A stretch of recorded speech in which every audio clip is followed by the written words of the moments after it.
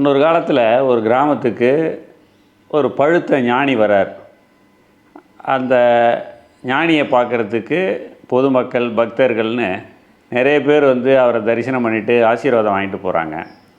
அப்படி போயிட்டு இருக்கும்போது ஒரு இளைஞன் வரான். அவன் ஞானியை பார்த்து கேட்குறான், ஐயா, நீங்கள் மக்களுக்கு அறிவுரை சொல்கிறீங்க, ஊர் ஊராக ட்ராவல் பண்ணுறீங்க, எல்லாம் ஓகே தான்.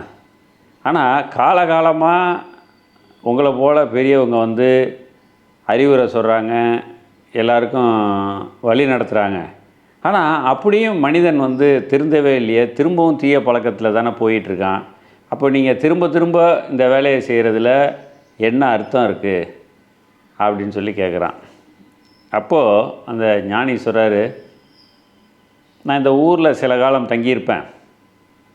ஊருக்கு கிளம்புறதுக்கு முன்னாடி உனக்கு இந்த கேள்விக்கு பதில் சொல்கிறேன். இன்றைக்கி நீ ஒரு வேலை செய் அப்படின்றார். என்ன ஐயான்றான். சத்திரத்து வாசலில் ஒரு கழுதையை கொண்டு வந்து கட்டு அப்படின்றாரு. கட்டிட்டு அதுக்கு நீ வந்து உணவு போட்டுக்கிட்டுன்றாரு. சரிங்கய்யான்னு சொல்லிட்டு போயிடுறான். அவனும் அதே போல் ஒரு கழுதையை வாங்கிட்டு வந்து அங்கே கட்டிட்டு அதுக்கு தேவையான உணவும் போட்டுட்டு போகிறான். மறுநாள் காலையில் இவர் ஞானி எழுந்து வராரு. அப்போ பார்த்தா இவன் அந்த கழுதையை சுற்றி கிடக்கிற சாணத்தை, அது போட்டிருந்த உணவு குப்பையெல்லாம் இவன் வந்து சுத்தப்படுத்துகிறான். பார்த்துட்டு அவர் பேசாமல் போயிடுறாரு. திரும்ப திரும்ப தினமும் நடக்குது. ஒரு 4 நாளைக்கு அப்புறம்